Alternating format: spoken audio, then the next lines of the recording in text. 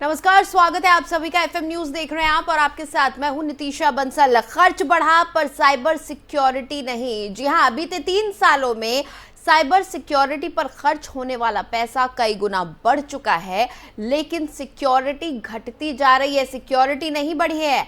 यानी कि आपके हाथ में अगर फोन है तो आप ये समझ लीजिए उसमें जो भी आपने इंफॉर्मेशन अपनी फीड करी हुई है सेफ नहीं है। आप अपने बैंक के खाते इस्तेमाल करते हैं अपने फ़ोन के ज़रिए, सेफ नहीं है। कई सारे हम ऐसे ऐप्स इस्तेमाल करते हैं जिसके थ्रू हम ट्रांजैक्शंस करते हैं, वो भी सेफ़ नहीं है। हमारे फ़ोन में जो हमने जो फ़ोटोज़ इस फ़ोन में सेव की हुई हैं वो भी सेफ़ नहीं रहती हैं। ऑनलाइन हम कुछ अपने क्रेडेंशियल्स शेयर करते हैं, वो भी सेफ़ नहीं है। अलग अलग किस्म के ऑनलाइन फ्रॉड्स आए दिन सामने आते रहते हैं। इसमें महिलाओं के साथ में सेक्सुअल हैरेसमेंट के केसेस सामने आते हैं, बैंकिंग सेक्टर के फ्रॉड्स सामने आते हैं, साइबर फ्रॉड्स हैं, आपकी आइडेंटिटी थेफ्ट जैसी चीज़ें सामने आती हैं। बहुत सारे नए नए तरीके, तमाम जैसे जैसे टेक्नोलॉजी आगे बढ़ रही है वैसे वैसे क्रिमिनल्स का दिमाग भी और तेज़ होता जा रहा है, नए नए क्राइम्स हो रहे हैं। और इसी कड़ी में हम आज ये बहस लेकर आए हैं जहां हम बात कर रहे हैं साइबर सिक्योरिटी की। देखिए, बीते 3 सालों की अगर बात करें तो 3 सालों में 60% तक 60% हमारा जो खर्च है साइबर सिक्योरिटी पर वो बढ़ चुका है, लेकिन साइबर सिक्योरिटी घटती जा रही है। सालाना 24,000 करोड़ खर्च होता है डेटा सिक्योरिटी पर, लेकिन इसके बावजूद भी डेटा सिक्योर नहीं है। 300% तक साइबर क्राइम बढ़ चुके हैं। सेक्सुअल हैरेसमेंट के केसेस 6,300% बढ़े हैं। ये जो फिगर है इसको सुनकर ही आप समझ सकते हैं कि कितना ज़्यादा इस वक्त सेक्सुअल हैरेसमेंट हो रहा है ऑनलाइन। यानी कि तमाम जो ऑनलाइन प्लेटफॉर्म्स हैं, ऐप्स हैं, मोबाइल फ़ोन के ज़रिए, चाहे पुरुष हो चाहे महिलाएं हो, और कई बार बच्चों के साथ बहुत ज़्यादा ऐसा होता है। ये वल्नरेबल माने जाते हैं बच्चे सबसे ज़्यादा, क्योंकि बच्चे आसानी से शेयर भी नहीं कर पाते हैं, और इन सब के साथ सेक्सुअल हैरेसमेंट के केसेस सामने आ रहे हैं।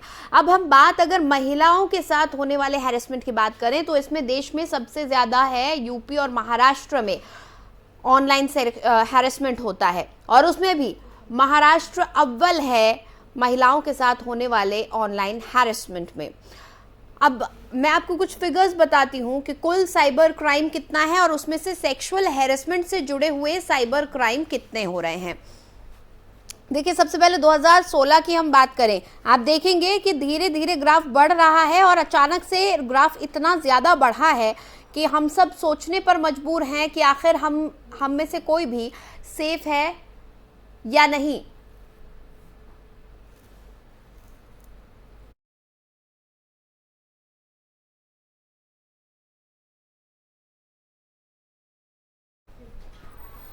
तो 2016 में 12,317 मामले सामने आए थे जो कि साइबर क्राइम के थे, कुल साइबर क्राइम के मामले, जिसमें से 51 मामले थे सेक्सुअल हैरेसमेंट से जुड़े हुए।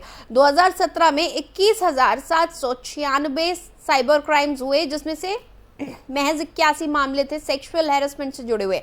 लेकिन अचानक 2018 से किस तरह से ग्राफ बढ़ा है, आप देखिए 2018 में 27,248 साइबर क्राइम हुए हैं, जिसमें से 2030 सेक्सुअल हैरेसमेंट से जुड़े साइबर क्राइम हैं। 2017 में 81 मामले सामने आए, वहीं 2018 में 2030 मामले सामने आए हैं। 2019 की बात करें तो 44,546 साइबर क्राइम के कुल मामले सामने आए, जिसमें से 2266 यानी 2,266 मामले थे सेक्सुअल हैरेसमेंट के। वहीं 2020 में 50,035 कुल साइबर क्राइम की घटनाएं सामने आई, जिसमें से 3,293 मामले थे सेक्सुअल हैरेसमेंट के। यानी कहीं ना कहीं सेक्सुअल हैरेसमेंट की दरें बढ़ती जा रही हैं, साल दर साल इसमें इजाफा हो रहा है, जबकि खर्च हमारा लगातार बढ़ रहा है साइबर सिक्योरिटी पर। ऐसा नहीं है कि कोताही बढ़ती जा रही है, साइबर सिक्योरिटी पर खर्च नहीं किया जा रहा है या इसकी तरफ ध्यान नहीं दिया जा रहा है, लेकिन जो हैकर्स हैं, जो क्रिमिनल्स हैं, उनका दिमाग हमसे कहीं आगे चल रहा है। जैसे जैसे टेक्नोलॉजी अपग्रेड हो रही है, जैसे जैसे सिक्योरिटी बढ़ाने की कोशिश की जा रही है, वैसे वैसे अपराध भी और बढ़ता चला जा रहा है। अच्छा, अगर 2020 के आंकड़ों की बात करें तो मैं जिस तरह से आपको बता रही थी कि महाराष्ट्र में काफ़ी ज़्यादा ऑनलाइन अपराध देखे जा रहे हैं महिलाओं के खिलाफ, और इसी तरह से 2020 के जो आंकड़े मेरे पास हैं उसके अनुसार सिर्फ उत्तर प्रदेश और कर्नाटक में ही, महज इन 2 राज्यों की अगर हम बात करें, तो इतने साइबर क्राइम हुए महिलाओं के खिलाफ कि 44% टोटल साइबर क्राइम का था। यानी जो 100% साइबर क्राइम जितने थे उसका 44% तो उत्तर प्रदेश और कर्नाटक में से मामले सामने आए थे।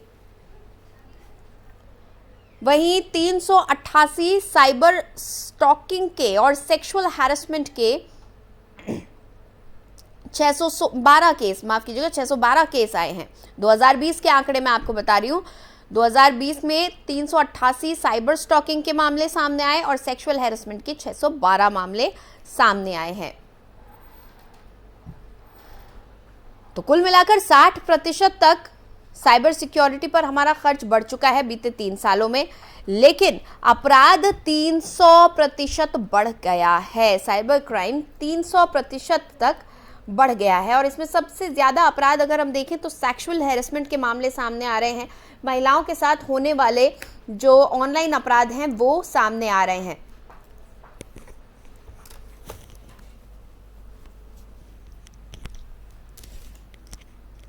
और इसी पर चर्चा के लिए कुछ खास मेहमान हमारे साथ जुड़ चुके हैं फोन लाइन पर, उनसे हम बातचीत करेंगे। मेरे साथ योगिता भयाना जी जुड़ी हैं जो कि सामाजिक कार्यकर्ता हैं। साथ ही मेरे साथ मोनाली गुहा जुड़ चुकी है, साइबर एक्सपर्ट हैं। ये हमें बेहतर तरीके से समझा पाएंगी कि आखिर कहाँ हमसे चूक हो रही है और क्यों इतना बड़ा अमाउंट खर्च करने के बावजूद क्राइम रेट बढ़ता जा रहा है। आप सोचिए 24,000 करोड़ रुपए डेटा सिक्योरिटी पर खर्च हो रहे हैं। बहुत बहुत स्वागत है आप दोनों का एफएम न्यूज पर। Thank you ma'am. सबसे पहले मोनाली जी, मैं आप ही के पास आना चाहूंगी। मोनाली जी, जो आंकड़े मेरे पास हैं वो ये कहते हैं कि 24,000 करोड़ खर्च हो रहा है हमारे देश में डेटा सिक्योरिटी के ऊपर, लेकिन जो साइबर क्राइम है उसके बढ़ने की रफ्तार इससे कहीं ज्यादा है। 300% बढ़ चुका है साइबर क्राइम। इसके पीछे आप किस चीज को वजह मानती है? इसके पीछे मुझे कई कारण नजर आते हैं। सबसे पहला कारण तो ये है कि हम टेक्नोलॉजी को जिस स्पीड से अडॉप्ट कर रहे हैं उसी स्पीड से हमें जरूरत है कि हम सुरक्षा उपायों को भी अडॉप्ट करें। लेकिन यूजर चूंकि उतना ज्यादा टेक्नो फ्रेंडली नहीं होते हैं तो कहीं ना कहीं वो सुरक्षा को लेकर चूक जरूर कर जाते हैं। और आप ज्यादातर देखेंगे जितने भी साइबर अपराध होते हैं इंडिया में, उनमें ज्यादातर ये देखा गया है कि ये ठगी करके लोगों के साथ स्पेशली फाइनेंशियल फ्रॉड करते हैं। यानी कि हमें यहाँ पर जरूरत है यूजर अवेयरनेस की, प्लस टेक्नोलॉजी को अडॉप्ट करने के साथ साथ उससे जुड़े सुरक्षा उपायों को भी अडॉप्ट करने की। यानी कि एक टेक्निकल एजुकेशन सुरक्षा के तौर पर मुझे कहीं ना कहीं अभी भी इसकी कमी दिखाई देती है, जो न सिर्फ बच्चों के लिए जरूरी है बल्कि देश के हर नागरिक के लिए जरूरी है, चाहे वो युवा हो, हमारे बड़े बुजुर्ग हों या फिर छोटे बच्चे हों। ठीक है योगिता जी, जो सेक्सुअल हैरेसमेंट के केसेस सामने आ रहे हैं उसमें महिलाओं के साथ होने वाले जो अपराध है, या सिर्फ सेक्सुअली नहीं, महिलाओं को ब्लैकमेल करना है, स्टॉकिंग है, तमाम अगर हम अपराधों का आंकड़ा निकालें तो 6,300% बढ़ोतरी हुई है केसेस में। ये बहुत चौंका देने वाला आंकड़ा है, क्योंकि हम लगातार ये मान के चल रहे हैं कि महिलाएं और सुरक्षित होती जा रही हैं, महिलाएं बेहतर हो रही हैं, शिक्षित हो रही हैं, समझ रही हैं कि हमें कब सतर्क हो जाना है, लेकिन ऐसा आंकड़ों से नहीं लग रहा है। जी बिल्कुल, आपके जो आंकड़े हैं और आपने जो बोला वो बिल्कुल सच है। और अभी हमारी सोसाइटी इतना जो ग्रोथ टेक्नोलॉजी में, जैसा कि मोनाली जी ने भी बोला, जो ग्रोथ हुई है टेक्नोलॉजी में, हम लोग रेडी नहीं है, क्योंकि जो it is easy to access anybody's data. अभी पूरा एक फुल प्रूफ नहीं है चीजें हमारे देश में। स्पेशली महिलाएं बहुत वल्नरेबल है, टेक्नोलॉजी का यूज कर रही है, बट अपने नंबर, डाटा और ये सब सोशल मीडिया साइट पर बहुत आराम से मैनिपुलेट हो जाती हैं चीजें। और रिटर्सल बिल्कुल जो 24,000 करोड़ आप कह रहे हैं खर्च होता है महिलाओं के लिए, मुझे नहीं लगता अगर एक नंबर तक की अवेयरनेस नहीं है। अगर आप किसी भी लेमन महिला से पूछेंगे कि साइबर सेफ्टी का कोई नंबर है तो उनको नहीं पता होगा। 100 नंबर के अलावा महिलाओं को कोई नंबर ही नहीं मालूम। तो और उसके बाद वहां पर होता क्या है ये भी मैं आपको बता दूं, अगर कोई महिला साइबर क्राइम लेकर जाती भी है उसमें उसकी कंप्लेन पे कुछ नहीं होता है, मतलब it is just lying there. क्योंकि हालांकि फुटप्रिंट बहुत आसानी से कैच कर सकते हैं। सबसे इसमें प्लस पॉइंट जो है साइबर क्राइम में कि आप इजीली रीच कर सकते हो क्रिमिनल तक, है ना, क्योंकि फुटप्रिंट बहुत अच्छे स्ट्रॉन्ग होते हैं। तो एक प्लस पॉइंट ये है, तब भी एक्शन नहीं होता, तब भी उसको बहुत साइबर क्राइम के नाम लेके चलो छोड़ दिया जाता है कि बहुत फिजिकल ब्रुटैलिटी तो नहीं है ना, तो इस नाम से उसको कवर अप करती और उसको बहुत लाइटली लिया जाता है। अच्छा, तो योगिता जी, इसके तो कुछ माइनस भी हैं। अच्छा योगिता जी, हम ये देख रहे हैं कि जो साइबर क्राइम है एक और खासकर जो महिलाओं के खिलाफ होने वाले अपराध हैं, कुछ रीजन में कुछ ज्यादा हो रहे हैं। जैसे कि अगर हम महाराष्ट्र की बात करें तो महाराष्ट्र रीजन में सबसे ज्यादा जो साइबर क्राइम देखा गया है वो महिलाओं के खिलाफ देखा गया है। महिलाएं सबसे ज्यादा अपराध का शिकार हुई हैं ऑनलाइन। इसके पीछे की क्या वजह हो सकती है कि एक पर्टिकुलर एरिया है जहां पर सबसे ज्यादा महिलाओं के खिलाफ अपराध देखा गया? तो मे बी देखिए, इसमें भी जो रिसर्च की जरूरत है, और मैं बहुत एक्सपर्ट तो नहीं हूँ अभी इस पे टिप्पणी करने के लिए, पर मैं ये जरूर बोल सकती हूँ कि डेफिनेटली टू डू विद कि वहाँ, क्योंकि महाराष्ट्र में अगर बॉम्बे की बात की जाए, मुंबई की या आसपास की, तो महिलाएं बहुत प्रोग्रेसिव है। मोस्टली सबसे हाईएस्ट एम्प्लॉयमेंट रेट महिलाओं का उधर है। तो हो सकता है वो टेक्नोलॉजी पे भी इसलिए ज्यादा है, टेक सेवी है, तो इसीलिए प्रोन भी है, मुझे ये लगता है। बाकी मैं एक्सपर्ट नहीं हूँ उस पे, मुझे लगता है इस पर अध्ययन करने की और जरूरत है और रिसर्च की जरूरत। ठीक है, ठीक है।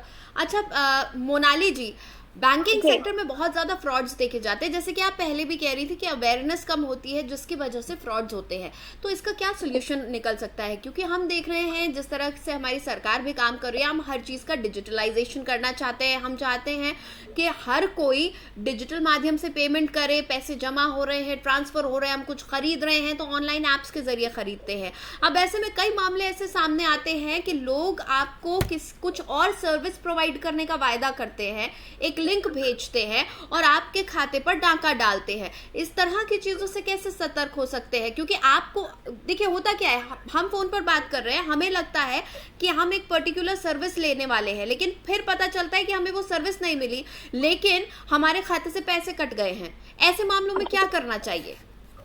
इसमें मैं कुछ इम्पोर्टेंट चीजें कहना चाहूंगी जिसका अगर यूजर ध्यान रखते हैं तो काफी हद तक इस तरह के अपराध कम हो सकते हैं, सिंपली यूजर अवेयरनेस से। सबसे पहली चीज तो यही है कि ज्यादातर मेरी भी रिसर्च में यही सामने आ रहा है कि ज्यादातर लोग अपना जो प्रोफेशनल नंबर रहता है, जो लगभग हर किसी के पास उन्होंने शेयर किया होता है, वही नंबर वो बैंक में भी रजिस्टर्ड रखते हैं। अब ये बहुत कॉमन सी चीज है कि अपराधी भी ये बात जानते होंगे कि ओटीपी इसी नंबर पर जाएगा। तो सुरक्षा के नजरिए से एक ही सजेशन लोगों को मेरा रहेगा कि एक पर्सनल नंबर आप ऐसा जरूर रखें जो आप किसी से शेयर ना करें, और वो नंबर आप अपना बैंक में रजिस्टर करें, उस पे आप सिक्योरिटी के लिए ओटीपी वगैरह रिसीव करें, ताकि इस तरह के फ्रॉडुलेंट कॉल्स के एक पॉसिबिलिटी आपके पास आने की कम हो जाए। दूसरी बात ये है कि ज्यादातर यूजर्स गलती ये करते हैं कि वो कस्टमर केयर का या फिर सर्विस प्रोवाइडर का नंबर केवल गूगल पर सर्च करके खोजने की कोशिश करते हैं, और जो भी नंबर 2-3 लिंक पर दिखाई देता है वो उस पर कॉल करके उनको लगता है कि कस्टमर केयर एजेंट से ही बात हो रही है, जबकि ऐसा नहीं है। बहुत सारी ऐसी फेक फिशिंग साइट्स होती है जहाँ पर अपराधी जानबूझकर खुद को कोई सर्विस प्रोवाइडर बताकर आपसे बात करने की कोशिश के लिए ही सामने उस नंबर को प्रेजेंट करता है। तो गूगल पे कभी भी इस तरह के कस्टमर केयर नंबर सर्च नहीं करना चाहिए। आप जो भी सर्विस चाहते हैं, आप देखेंगे आजकल हर ऑनलाइन सर्विस प्रोवाइडर जो भी होगा वो एक वेबसाइट की सर्विस प्लस एक एंड्रॉइड या iOS एप्लीकेशन की सर्विस आपको जरूर देता है। तो ऑफिशियल वेबसाइट या आप अपने स्टैंडर्ड एप्लीकेशन ऐप का ही इस्तेमाल करें सारे ट्रांजेक्शन के लिए, इवन कम्युनिकेशन के लिए भी वहाँ पे ईमेल आईडी या कस्टमर केयर कॉन्टैक्ट गिवन होता है। तीसरी चीज ये है कि आपको 3 इंपॉर्टेंट चीजों का ध्यान रखना है। किसी भी अनजान व्यक्ति के द्वारा भेजे गए लिंक पर क्लिक ना करें। इससे संभव है कि आपका मोबाइल हैक हो, या ये भी संभव है कि आपकी जानकारी फिशिंग के जरिए से मांगी जाए। दूसरा, कोई भी अनजान व्यक्ति यदि आपको आपके फोन पर कोई एप्लीकेशन इंस्टॉल करने को कहता है तो बिल्कुल भी ना करें। इससे आपकी स्क्रीन शेयर हो जाती है और आपका बैंक बैलेंस सामने वाले अपराधी को दिखाई देता है, जिससे कि वो मनी रिक्वेस्ट आपको भेजकर ठगी कर सकता है। और तीसरी और मोस्ट इम्पोर्टेंट चीज ये है कि ओटीपी चाहे कोई भी मांगे, किसी भी बहाने से मांगे, कभी हमें शेयर नहीं करना है। और जहां तक हो पाए अपने पासवर्ड आप किसी के साथ शेयर ना करें, किसी और के सिस्टम पर आप लॉगिन ना करें। और कभी भी अगर ऐसा कोई अपराध हो जाता है तो एक नंबर मैं यूजर से रिक्वेस्ट करूंगी, कृपया ये नोट कर लें, 155260। 1555260। इस नंबर पर आपको अपने रजिस्टर्ड मोबाइल नंबर से कॉल करना है। जब भी यदि कभी आपके उस बैंक खाते से अपराध हो जाता है, कोई आपके साथ ठगी कर लेता है, तो अगर आप इनिशियली 24 घंटे में शिकायत कर देते हैं तो बहुत हद तक संभावना होती है कि आपके पैसे वापस आ सकते हैं। साथ ही साथ जरूरी ये भी है कि अगर इस तरह का कोई आपके साथ घटना होती है तो आप थाने में शिकायत जरूर करवाएं। अपराध हो चुका है तो FIR जरूर करवाएं, क्योंकि जब तक हम लीगल स्टेप नहीं लेंगे तब तक कहीं ना कहीं पुलिस प्रशासन भी हम तक अपनी एक प्रॉपर सेवाओं को नहीं पहुंचा पाएंगे। तो कंप्लेन करना बहुत ज्यादा जरूरी है। महिलाओं की यहाँ पर बात हुई थी तो एक पॉइंट में ये भी ऐड करना चाहूंगी कि यदि महिलाएं थाने तक नहीं जा सकती हैं तो आप ऑनलाइन शिकायत कीजिए। www.cybercrime.gov.in ये एक वेबसाइट है, गवर्नमेंट के थ्रू प्रोवाइडेड है। आप चाहें तो इस पर ऑनलाइन जाकर भी शिकायत कर सकते हैं। समाधान लगभग आपको उसमें इक्वली ही मिलता है।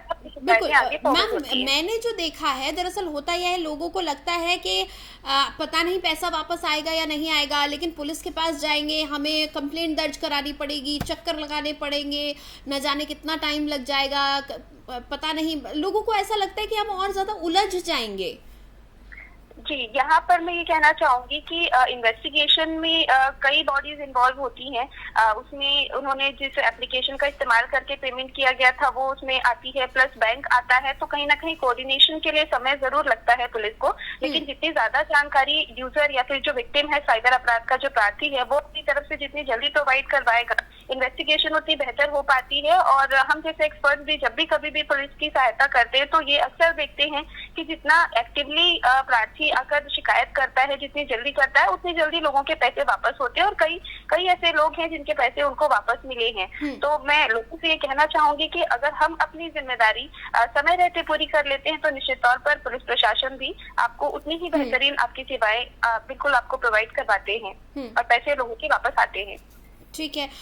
कई बार ये भी देखा जाता है कि क्योंकि रकम कम होती है, देखिए सिस्टम में हमेशा कोऑपरेटिव नहीं नजर आता है प्रार्थी के साथ में। होता ये है कि कई बार उन्हें ये कह दिया जाता है, अरे इतने का ही तो मामला है, अरे 2000 ही तो गए हैं, अरे 10,000 ही तो गए हैं, आपको ये करना पड़ेगा, आपको इतने चक्कर। कई बार सिस्टम के लोग भी डराने की कोशिश करते हैं और ऐसे में अपराधियों के हौसले और बुलंद होते चले जाते हैं। उन्हें लगता है ठीक है, अगर आप इस चीज को समझिए, 2000 रुपए आपने 10 लोगों से करे जी, तो अपराध का आंकड़ा तो बढ़ गया। 2000 रुपए 10 लोगों से करने पर आपका ऐसा एक इंसान से 2000 हुए, लेकिन 10 लोगों के साथ जब 2000 आप करते हैं तो अपराधी के पास तो अच्छा खासा पैसा इकट्ठा होता जा रहा है। मैं तो 10 कह रही हूँ, शायद वो 1 लाख लोगों के साथ में भी कर ले ऐसा। और पुलिस वाले ये कहकर वापस भेज देते हैं कि महज 2000 रुपए की बात है, आप क्यों इन चक्करों में पड़ना चाहते हैं। मैं ये जरूर कहना चाहूंगी कि अगर कहीं पर अभी किसी को भी व्यक्ति को अगर ऐसा लगता है कि किसी अधिकारी द्वारा इस तरह से कोई बर्ताव किया जा रहा है तो निश्चित तौर पर वो गलत है।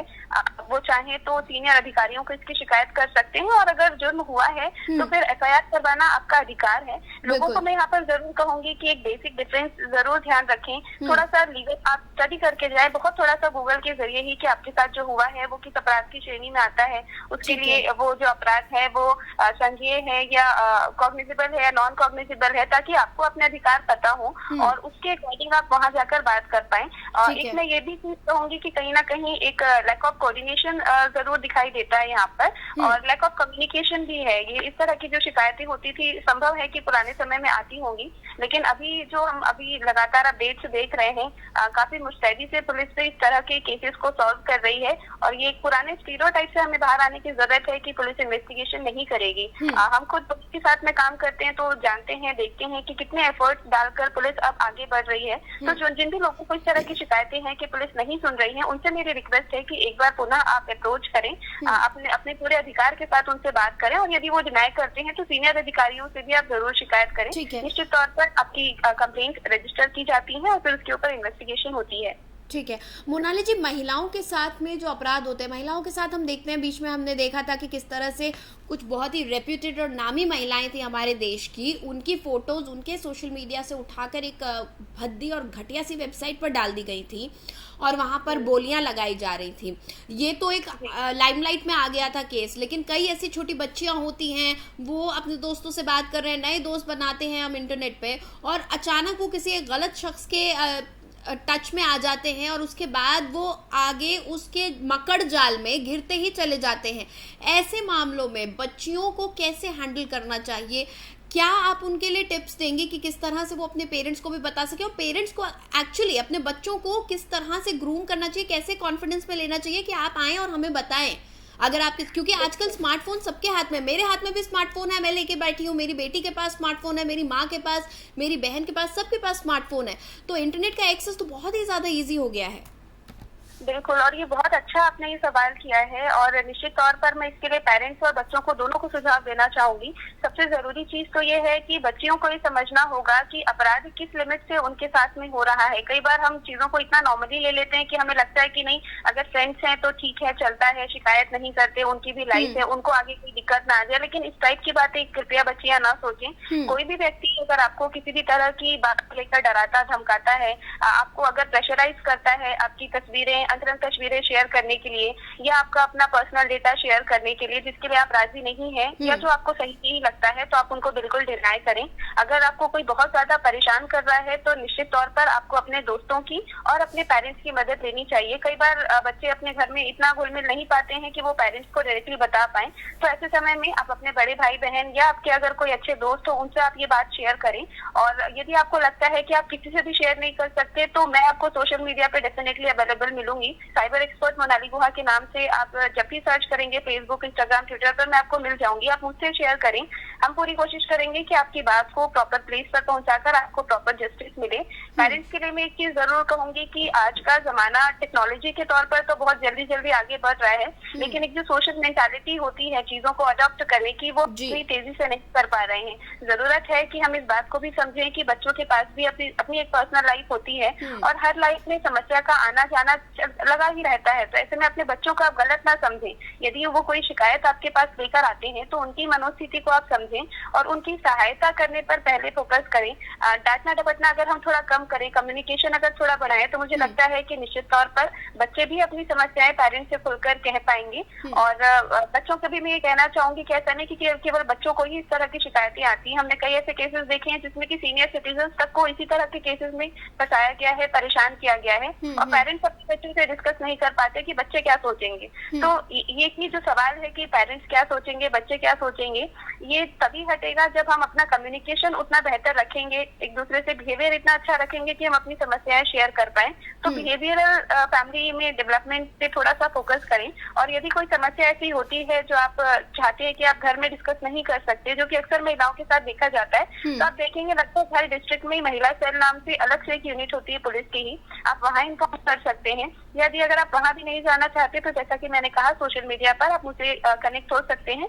जितना हो पाएगा मैक्सिमम आपकी सहायता करने की हम पूरी कोशिश करेंगे, लेकिन जरूरी है कि आप कोई नकारात्मक कदम ना उठाएं। कई केसेस में हमने देखा है कि लोग इतना टॉर्चर करते हैं बच्चियों को कि वो सुसाइड तक कर लेती हैं, या कई बार वो अपने आसपास के जो ज्वेलरी है या कुछ उनकी प्रॉपर्टी, तो वो उसको सेल कर करके इनको पैसे भरते जाते हैं, जो भी सामने वाला व्यक्ति कहता है। तो इस तरह के कदम आप ना उठाएं। पुलिस प्रशासन और हम सब आपकी मदद के लिए ही हैं। आप एक बार कम्युनिकेट जरूर करें। यानी सबसे ज्यादा कम्युनिकेशन जरूरी है, क्योंकि देखिए इंटरनेट के माध्यम से हम कम्युनिकेट ही कर रहे हैं, और आज वक्त ऐसा आ गया है कि हम दूसरों से, अनजान लोगों से तो कम्युनिकेट कर लेते हैं आसानी से, एक वर्चुअल वर्ल्ड में हम जीते हैं, लेकिन जो रियलिटी है, जो हमारी रियल फैमिली है, real people around us, the people that we live with, we are not able to communicate with them properly. हम उनसे बात ही नहीं कर पाते, उनको दरअसल हम शायद समय ही उतना नहीं देते हैं, और इसके चलते साइबर क्राइम और भी ज्यादा बढ़ता जा रहा है, चाहे बड़ों के साथ हो, चाहे बच्चों के साथ हो, चाहे महिलाओं के साथ। देखिए कुछ टेक्निकल क्राइम्स ऐसे हैं जिसमें अनअवेयरनेस के चलते आप शिकार हो जाते हैं, लेकिन मुझे लगता है बहुत सारे क्राइम्स ऐसे हैं जिसमें कम्युनिकेशन एक बहुत बड़ा बैरियर बन रहा है। बिल्कुल जी, बहुत बहुत शुक्रिया इस पूरी बातचीत के लिए मोनाली जी आपका। Thank you ma'am. तो साइबर एक्सपर्ट मोनाली जी हमारे साथ थी, और बहुत बहुत शुक्रिया योगिता जी हमारे साथ जुड़ी, जो कि विमेन एक्टिविस्ट है, और हमने दोनों से बातचीत की। दोनों ने बताया कि किस तरह से दरअसल क्रिमिनल हमसे आगे सोच रहा है और हम पीछे सोच रहे हैं, क्योंकि हम आपस में बातचीत नहीं कर पा रहे हैं, हम अनअवेयर हैं। हमें सबसे पहले ये पता होना चाहिए कि कब हमारे साथ क्राइम हो रहा है, और अगर हमारे साथ क्राइम हुआ है तो बिना देरी किए हमें जाकर संपर्क करना है पुलिस से, हमें कंप्लेन करनी है। हमें ऑनलाइन तमाम चीज़ें मिल जाएंगी, हमें जब हम रिपोर्ट करने जा रहे हैं उस वक्त भी हमें ये पढ़ के जाना है कि हमारे साथ किस तरह का क्राइम हुआ है, इस क्राइम में हमारे क्या अधिकार हैं, ताकि जब हम सिस्टम के पास जाए तो कई बार ऐसा होता है कि सिस्टम में हमें लोग ऐसे मिल जाते हैं जो हमें सपोर्ट नहीं करते हैं। तो उस केस में भी हमें हमारे अधिकार पता होने चाहिए ताकि हम अपने साथ हुए अपराध को आगे ले जा सके, अपनी कंप्लेंट को आगे ले जा सके और हमें न्याय मिल सके। एक नंबर शेयर किया था मोनाली जी ने 155260। तो अगर आपके साथ में कोई अपराध हो रहा है जो कि मॉनिटरी अपराध है तो आप इस नंबर पर कंप्लेन कर सकते हैं। आप मोनाली जी को ढूंढ सकते हैं सोशल मीडिया पर, वो आपको मिल जाएंगी एज अ साइबर एक्सपर्ट। कुछ और साइबर एक्सपर्ट्स भी होंगे, आप उनसे भी कांटेक्ट कर सकते हैं। यानी कि ज़रूरी नहीं है कि आप सीधा पुलिस के पास जाए, या फिर अगर आपको नहीं समझ में आ रहा है किससे बात करें क्या करें तो आप साइबर एक्सपर्ट से कांटेक्ट कीजिए। इन साइबर जो क्राइम हमारे साथ हो रहे हैं उनको घटाने का यही तरीका है कि हम भी आगे का सोचें, हम ये सोचें कि हमें कैसे खुद को सुरक्षित रखना है, शायद तब हम बच पाएंगे। क्योंकि ये जो साइबर वर्ल्ड है, ये जो इंटरनेट है, ये बहुत विस्तृत दुनिया है। खर्च लगातार सिक्योरिटी पर बढ़ रहा है लेकिन कहीं ना कहीं हम पिछड़ते जा रहे हैं। क्राइम्स हमसे आगे चल रहे हैं, क्रिमिनल्स हमसे आगे चल रहे हैं। बहरहाल FM न्यूज़ की इस खास पेशकश में इतना ही। खबरों के लिए देखते रहिए FM न्यूज़।